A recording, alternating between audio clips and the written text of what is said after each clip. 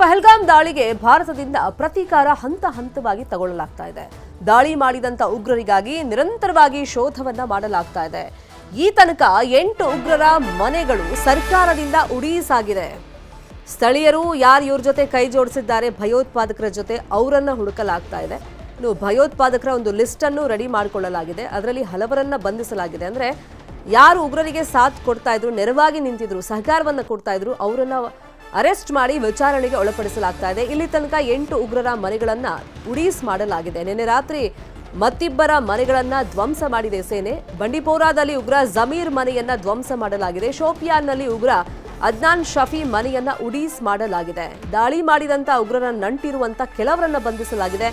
Escape ಆದ ಉಗ್ರರ ಬಗ್ಗೆ ತೀವ್ರ ರೀತಿಯಲ್ಲಿ ತನಿಖೆಯನ್ನ ನಡೆಸಲಾಗ್ತಾ ಇದೆ. ಲಷ್ಕರ್ ಹಾಗೇನೆ ಟಿಆರ್ಎಫ್ ಉಗ್ರರಿಗೆ ಕಠಿಣ ಸಂದೇಶವನ್ನ ಈ ಮುಖಾಂತರ ರವಾನೆ ಮಾಡಲಾಗಿದೆ. ನಿನ್ನೆ ರಾತ್ರಿನೂ ಇಬ್ಬರ ಮನೆಗಳನ್ನ ಧ್ವಂಸ ಮಾಡಲಾಗಿದೆ. ಶೋಪಿಯಾನ ಉಗ್ರ ಅದ್ನಾನ್ ಶಫಿ ಮನೆ ಹಾಗೇನೆ ಒಡಿಪೋರದಲ್ಲಿ ಓರ್ವನ ಮನೆಯನ್ನ ಧ್ವಂಸ ಮಾಡಲಾಗಿದೆ. ಅಲ್ಲಿಗೆ ಇಲ್ಲಿ ತನಕ ಮೊನ್ನೆ ದಾಳಿ ಆದ್ಮೇಲೆ 8 ಉಗ್ರರ ಮನೆಗಳನ್ನ ಸರ್ಕಾರ ಉಡೀಸ್ ಮಾಡಿದೆ.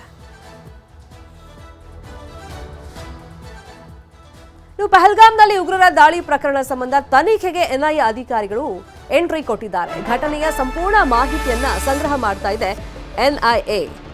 ಘಟನಾ ಸ್ಥಳಕ್ಕೆ ಎನ್ಐಎ ಟೀಮ್ ತೆರಳಿದೆ. ಅಂದ್ರೆ ಘಟನೆ ಯಾವ ರೀತಿಯಾಗಿ ಆಯಿತು ಅಂತ ಹೇಳಿ ಒಂದು ಮರು ಸೃಷ್ಟಿ ತರ ಮಾಡ್ಕೊಳ್ತಾರೆ. ಇಂಚಿಂಚು ಮಾಹಿತಿಯನ್ನ ಎನ್ಐಎ ಅಧಿಕಾರಿಗಳು ಕಲೆ ಹಾಕ್ತಾ ಇದ್ದಾರೆ. ಒಟ್ಟಲ್ಲಿ ಆರೋಪಿಗಳ ಬೆನ್ನು ಬಿದ್ದಿದ್ದಾರೆ ಎನ್ಐಎ ಅಧಿಕಾರಿಗಳು. ಘಟನಾ ಸ್ಥಳಕ್ಕೆ ಇವತ್ತು ತೆರಳಿದ್ದಾರೆ ಎನ್ಐಎ ಅಧಿಕಾರಿಗಳು. ಅಲ್ಲಿ ಮಾಹಿತಿಯನ್ನ ಸಂಗ್ರಹ ಮಾಡ್ತಾ ಇದ್ದಾರೆ. ಮತ್ತೆ ಘಟನೆ ಎಷ್ಟೊತ್ತಿಗಾಯ್ತು, ಯಾವ ರೀತಿ ಆಯ್ತು, ಎಷ್ಟೊತ್ತಾಯ್ತು ಅನ್ನೋ ಕುರಿತಂತೆಯೂ ಅಲ್ಲಿ ಇಂಚಿಂಚು ಮಾಹಿತಿಯನ್ನ ಕಲೆ ಹಾಕ್ತಾ ಇದ್ದಾರೆ. ಇಷ್ಟೆಲ್ಲ ಆದ್ರೂ ಪಾಕಿಸ್ತಾನದ ಉದ್ದಟತನ ಮಾತ್ರ ಕಡಿಮೆ ಆಗ್ತಾ ಇಲ್ಲ. ಭಾರತದ ವಿರುದ್ಧ ಪಾಕಿಸ್ತಾನ ಮತ್ತೆ ಉದ್ದಟತನದ ಪ್ರದರ್ಶನ ಮಾಡಿದೆ. ಭಾರತದ ಮೇಲೆ ಅಣುಬಾಂಬ್ ಹಾಕುವಂತ ಬೆದರಿಕೆಯನ್ನ ಕೊಟ್ಟಿದ್ದಾರೆ. ಮೊನ್ನೆಯಿಂದ ನೋಡ್ತಾ ಇದ್ವಿ ಸತತವಾಗಿ ನಿಮ್ಮ ತಲೆ ಕಟ್ ಮಾಡ್ತೀವಿ ಅಂತ ಹೇಳ್ಬಿಟ್ಟು ಸನ್ನೆ ಮಾಡೋದು, ಸಿಂಧು ನದಿ ನೀರನ್ನು ನಿಲ್ಲಿಸಿದ್ರೆ ಅಲ್ಲಿ ರಕ್ತ ಹರಿಸ್ತೀವಿ ನಿಮ್ದು ಅಂತ ಎಚ್ಚರಿಕೆಗಳನ್ನು ಕೊಡೋದು, ಈ ಥರದೆಲ್ಲ ಉದ್ದಟತನದ ಮಾತುಗಳು ಕೇಳಿ ಬರ್ತಾ ಇತ್ತು. ಈಗ ಪಾಕಿಸ್ತಾನದ ರೈಲ್ವೆ ಸಚಿವ ಹನೀಫ್ ಅಬ್ಬಾಸಿ ಬೆದರಿಕೆಯನ್ನು ಹಾಕಿದ್ದಾರೆ. ಭಾರತಕ್ಕಾಗಿ ಪಾಕಿಸ್ತಾನ 130 ಬಾಂಬ್ಗಳನ್ನು ಹೊಂದಿದೆ. 130 ನ್ಯೂಕ್ಲಿಯರ್ ಬಾಂಬ್ ಜೊತೆಗೆ ಕ್ಷಿಪಣಿನೂ ಇದೆ ನಮ್ಮ ಹತ್ರ. ಅಣುಬಾಂಬ್ ಬೆದರಿಕೆಯನ್ನ ಪಾಕಿಸ್ತಾನದ ಸಚಿವ ಹಾಕಿದ್ದಾರೆ. ನೀವು ನೀರನ್ನ ನಿಲ್ಲಿಸಿ ಯುದ್ಧಕ್ಕೆ ಸಿದ್ಧರಾಗಿ ಅಂತ ಹೇಳಿದ್ದಾರೆ. ನಮ್ಮ ಶಸ್ತ್ರಾಸ್ತ್ರಗಳು ನಿಮ್ಮನ್ನ ಎದುರಿಸ್ತಾವೆ. ಪಾಕಿಸ್ತಾನ ಸಚಿವನ ಉದ್ದಟತನದ ಹೇಳಿಕೆ ಇದು. ಇಷ್ಟೆಲ್ಲ ಪ್ರಿಪ್ರೇಷನ್ ಇವ್ರು ಮಾಡ್ಕೊಂಡೇ ಇದ್ದಿದ್ದಾದ್ರೆ ಮೊನ್ನೆ ಯಾಕೆ ಹೇಡಿಗಳ ತರ ಬಂದು ಶಸ್ತ್ರಾಸ್ತ್ರ ಇಲ್ಲದ ಅಮಾಯಕರನ್ನ ಬಲಿ ಪಡ್ಕೊಂಡು ಹೋದ್ರು? पानी बंद करेंगे तो फिर जंग के लिए तैयार हो जाएं। ये जो गोरी, शाहीन, गजनवी ये चौकों में सजाने के लिए नहीं हमने रखे हुए, ये हमने हिंदुस्तान के लिए रखे हैं बाबा। ये जो 130 एटॉमिक हमारे पास वेपन है वो हमने सिर्फ मॉडल बनाने के लिए नहीं रखे हुए, और आपको पता ही नहीं कि हमने पाकिस्तान के किस किस हिस्से में रखे हुए हैं।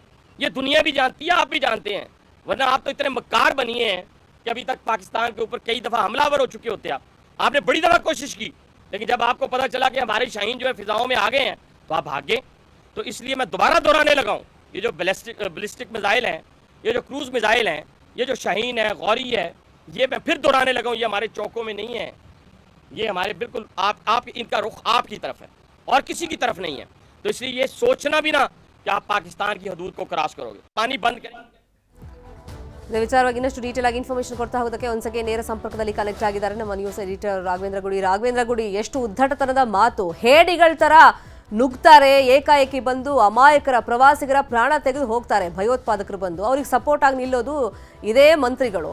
ಈಗ ನೋಡಿದ್ರೆ ನಮ್ಮ ಹತ್ರ ಎಷ್ಟು ಶಸ್ತ್ರಾಸ್ತ್ರಗಳಿದೆ, ಭಾರತವನ್ನು ನಾವು ಫೇಸ್ ಮಾಡೋದು ನಮಗೆ ಗೊತ್ತಿದೆ ಅಂತ ಹೇಳ್ತಾರೆ. ಅಂದ್ರೆ ಅದನ್ನೆಲ್ಲ ಮಾಡೆಲ್ಗೆ ಇಟ್ಟಿಲ್ಲ, ನಾವು ಪ್ರದರ್ಶನಕ್ಕೆ ಇಟ್ಟಿಲ್ಲ ಅಂತ ಹೇಳ್ತಾರೆ.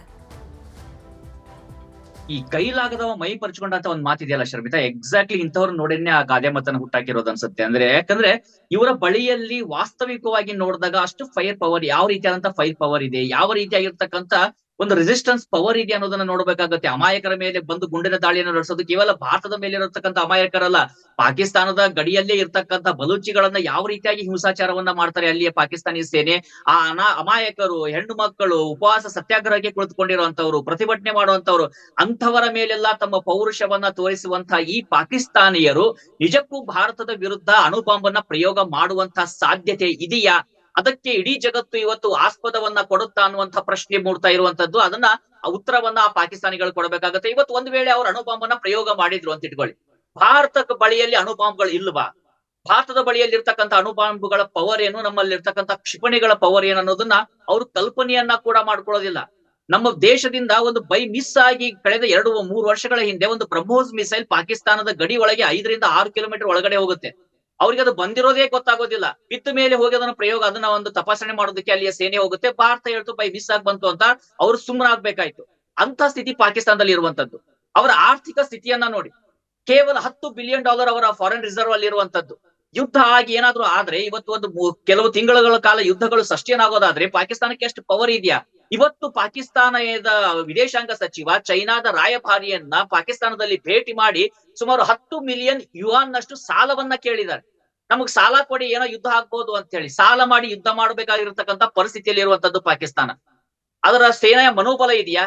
ಯಾಕಂದ್ರೆ ಮೊರಾಲಿಟಿನೇ ಇಲ್ಲ ಅಲ್ಲಿಯ ಒಂದು ಸೇನೆಗೆ, ಅಲ್ಲಿಯ ಆ ದೇಶಕ್ಕೆ ಮೊರಾಲಿಟಿನೇ ಇಲ್ಲ ಅಂದ ಮೇಲೆ ಯಾವ ರೀತಿಯಾದ ಒಂದು ಯುದ್ಧವನ್ನ ಮಾಡೋದಕ್ಕೆ ಸಾಧ್ಯ ಆಗುತ್ತೆ? ಒಂದೇ ಒಂದು ಕ್ಷಿಪಣಿ ಅಲ್ಲಿಂದ ಶುರುವಾದ್ರೆ, ನಮಗೆ 1999 ಕಾರ್ಗಿಲ್ ವಾರ್ ಸಂದರ್ಭದಲ್ಲಿ ಅವತ್ತಿನ ಡಿಫೆನ್ಸ್ ಮಿನಿಸ್ಟರ್ ಆದಂತ ಜಾರ್ಜ್ ಫರ್ನಾಂಡಿಸ್ ಅವರು ಹೇಳಿದಂತ ಒಂದು ಮಾತು ನೆನಪಾಗುತ್ತೆ. ಆ ಸಂದರ್ಭದಲ್ಲೂ ಕೂಡ ನಾವು ಅಣುಬಾಂಬನ್ನ ಪ್ರಯೋಗ ಮಾಡ್ತೀವಿ ಅಂತ ಹೇಳಿ ಪಾಕಿಸ್ತಾನ ಹೇಳ್ತಾ ಇತ್ತು. ಅಮೆರಿಕನೋ ಅಥವಾ ಇಂಗ್ಲೆಂಡ್ ನಲ್ಲಿ ಇದ್ದಂತ ಆ ಸಂದರ್ಭಕ್ಕೆ ಭೇಟಿ ಕೊಟ್ಟಂತ ನಮ್ಮ ರಕ್ಷಣಾ ಸಚಿವರಾಗಿದ್ದಂತ ಜಾರ್ಜ್ ಫರ್ನಾಂಡಿಸ್ ಅವ್ರನ್ನ ಇದೇ ಪ್ರಶ್ನೆಯನ್ನ ಕೇಳಲಾಗುತ್ತೆ. ಅವ್ರು ಹೇಳೋದು ಒಂದೇ ಮಾತು, ಅವರು ಟ್ರೈ ಮಾಡ್ಲಿ, 10 ನಿಮಿಷದಲ್ಲಿ ನಾವು ಇಡೀ ಭೂಮಿಯಿಂದ ಅವರ ಮ್ಯಾಪ್ ನಿಂದ ಪಾಕಿಸ್ತಾನವನ್ನ ಅಳಿಸ್ಬಿಡ್ತೀವಿ ಅಂತ ಹೇಳಿ. ಅಷ್ಟು ಪವರ್ ಇವತ್ತು ಭಾರತದ ಬಳಿಯಲ್ಲಿ ಇರ್ತಕ್ಕಂಥದ್ದು. ಹೀಗಾಗಿ ಅವರು ಹೇಳಿಕೆಗಳನ್ನ ಕೊಡ್ತಾ ಇದ್ದಾರೆ. ನೀವು ನೀರನ್ನ ನಿಲ್ಸಿ ಅಂದ್ರು, ಆಲ್ರೆಡಿ ನಾವು ಚೆನಾಬ್ ರಿವರ್ ಅಲ್ಲಿ ನೀರನ್ನ ನಿಲ್ಸಾಗಿದೆ. ಈಗ ನಿನ್ನೆ ಹೇಳದೆ ಕೇಳದೆ ಝೇಲಂ ನದಿಯಿಂದ ನೀರನ್ನ ಬಿಟ್ಟಾಗಿದೆ. ಯಾಕಂದ್ರೆ ಆ ಒಪ್ಪಂದದ ಪ್ರಕಾರ ಏನಿತ್ತು, ವಾಟರ್ ಡೇಟಾವನ್ನ ಶೇರ್ ಮಾಡ್ಕೊಳ್ಬೇಕು. ಅಂದ್ರೆ ಇಲ್ಲಿ ಮಳೆ ಜಾಸ್ತಿ ಆಗ್ತಾ ಇದೆ, ನಾವು ನೀರನ್ನ ಬಿಡ್ಬೋದು, ನೀವು ಎಚ್ಚರವನ್ನ ವಹಿಸಿ. ಈ ಬಾರಿ ಮಳೆ ಕಡಿಮೆ ಆಗ್ತಾ ಇದೆ, ಬರಗಾಲ ಬರ್ಬೋದು, ನೀವು ಅದಕ್ಕೆ ಸಿದ್ಧತೆಯನ್ನ ಮಾಡ್ಕೊಳ್ಳಿ, ನಾವು ನೀರನ್ನ ಬಿಡ್ತಾ ಇದೀವಿ. ಪ್ರತಿಯೊಂದರ ಮಾಹಿತಿಯನ್ನ ಅವ್ರು ಕೊಡ್ಬೇಕಿತ್ತು. ಈಗ ಆ ಒಂದು ಒಪ್ಪಂದವನ್ನ ರದ್ದು ಮಾಡಿದೆ ಭಾರತ. ಆ ಕಾರಣದಿಂದಾಗಿ ನಿನ್ನೆ ಝೇಲಂ ನದಿಯಲ್ಲಿ ನೀರನ್ನ ಬಿಟ್ಟಿದೆ ಭಾರತ, ನಮ್ಗೆ ಇಲ್ಲಿ ಪ್ರವಾಹ ಬಂದಿದೆ ಅಂತ ಹೇಳಿ ಅದೇ ಪಾಕಿಸ್ತಾನದ ಮಾಧ್ಯಮಗಳು ಅಲವತ್ತುಕೊಳ್ತಾ ಇದಾವೆ. ಒಂದು ಕಡೆಯಿಂದ ಚೆನಾಬ್ ರಿವರ್ ಇಂದ ನೀರು ಹೋಗ್ತಾ ಇಲ್ಲ, ಚೆನಾಬ್ ನದಿಯಿಂದ, ಮತ್ತೊಂದು ಕಡೆ ಝೇಲಂ ನದಿಯಿಂದ ನೀರು ಹೋಗಿದೆ ಅಂತ ಪಾಕಿಸ್ತಾನಿಯರು ಹೇಳ್ತಾ ಇದ್ದಾರೆ. ಭಾರತ ಈ ಬಗ್ಗೆ ಯಾವುದೇ ರೀತಿಯಂತ ಮಾಹಿತಿಯನ್ನು ಅಧಿಕೃತವಾಗಿ ಕೊಟ್ಟಿಲ್ಲ. ಹೀಗಾಗಿ ನಾವು ಇದನ್ನ ಸತ್ಯ ಅಥವಾ ಸುಳ್ಳು ಅಂತ ಹೇಳೋದಕ್ಕೆ ಸಾಧ್ಯ ಇಲ್ಲ. ಆದ್ರೆ ಪಾಕಿಸ್ತಾನಿಯರು ಈ ರೀತಿಯಾಗಿ ಹೇಳ್ತಾ ಇರುವಂತದ್ದು, ನೀರ್ ಬಿಟ್ರೂ ಸಮಸ್ಯೆ, ನೀರನ್ನ ತಡೆದ್ರೂ ಸಮಸ್ಯೆ, ಹೇಗೆ ಆ ದೇಶ ಬದುಕುತ್ತೆ? ಅದಕ್ಕೆ ನಾವು ಹೇಳ್ತಾ ಇರುವಂತದ್ದು, ಭಾರತ ಮಾತ್ರ ಅಲ್ಲ, ಪ್ರಪಂಚ ಇವತ್ತು ನೋಡ್ತಾ ಇರುವಂತದ್ದು ಏನಂದ್ರೆ, ಒಂದು ಹೊಸ ದೇಶ ಹುಟ್ಟಿಕೊಳ್ಳುತ್ತೆ. ಮುಂದಿನ IPL ನಲ್ಲಿ 10 ತಂಡಗಳಲ್ಲ 11ನೇ ತಂಡ ಕೂಡ ಸೇರ್ಕೊಳ್ಳುತ್ತೆ ಒಂದು ಅನ್ನುವಂತ ಮಾತುಗಳು ಬರ್ತಾ ಇರುವಂತದ್ದು. ಆ 11ನೇ ತಂಡ ಯಾವ್ದಾಗಿರುತ್ತೆ ಅಂತ ಹೇಳಿ ಆಲ್ರೆಡಿ ಎಲ್ರಿಗೂ ಗೊತ್ತಾಗಿರುತ್ತೆ. ಆ ರೀತಿಯಾದಂತ ಸಂದರ್ಭ ಇದೆ. ಇವತ್ತು POK ಭಾರತಕ್ಕೆ ಬರುವಂತ ಸಂದರ್ಭ ಬಂದಿದೆ. ಅದೇ ರೀತಿಯಾಗಿ ಬಲೂಚಿಸ್ತಾನ ಹುಟ್ಟುವಂತ ಸಂದರ್ಭ ಬಂದಿದೆ. ಸಿಂಧೂ ದೇಶ ಉದಯವಾಗುವಂತ ಸಂದರ್ಭ ಬಂದಿದೆ. ಅದೆಲ್ಲದಕ್ಕೂ ಪಾಕಿಸ್ತಾನ ಸಿದ್ಧ ಇದೆಯಾ? ಇದೇ ರೀತಿ ಹೇಳಿಕೆಗಳನ್ನ ಕೊಡುವಂತ ಇಲ್ಲಿಯ ಮಂತ್ರಿಗಳು, ಇಲ್ಲಿಯ ಸೇನಾಧಿಕಾರಿಗಳು ತಮ್ಮ ಕುಟುಂಬವನ್ನ ನಿನ್ನೆಯಿಂದ ಚಾರ್ಟರ್ ಫ್ಲೈಟ್ ಅನ್ನ ಮಾಡಿ ಇಂಗ್ಲೆಂಡ್ಗೆ ಕಳಿಸ್ತಾ ಇದ್ದಾರೆ. ಅಂದ್ರೆ ಜನಸಾಮಾನ್ಯರು ಸಾಯ್ಲಿ, ನಮ್ಮ ಕುಟುಂಬ ಸರಿ ಇರ್ಲಿ ಅನ್ನುವಂತ ಉದ್ದೇಶ ಇರುವಂತ ಆ ದೇಶ ಉಳಿಯೋದಕ್ಕೆ ಸಾಧ್ಯ ಅನ್ನುವಂತ ಪ್ರಶ್ನೆ ಇದೆ. ಉಳಿಯೋದಕ್ಕೆ ಸಾಧ್ಯನೇ ಇಲ್ಲುವಂತ ಲಕ್ಷಣಗಳು ಕೂಡ ಈಗ ಭಾರತೀಯ ಸೇನೆಯನ್ನ ನೋಡಿದ್ರೆ ಕಾಣಿಸ್ತಾ ಇದೆ. Sharmita, fine, thank you Raghavendra Gudi ತಮ್ಮೆಲ್ಲ ಇನ್ಫಾರ್ಮೇಶನ್ಗೆ.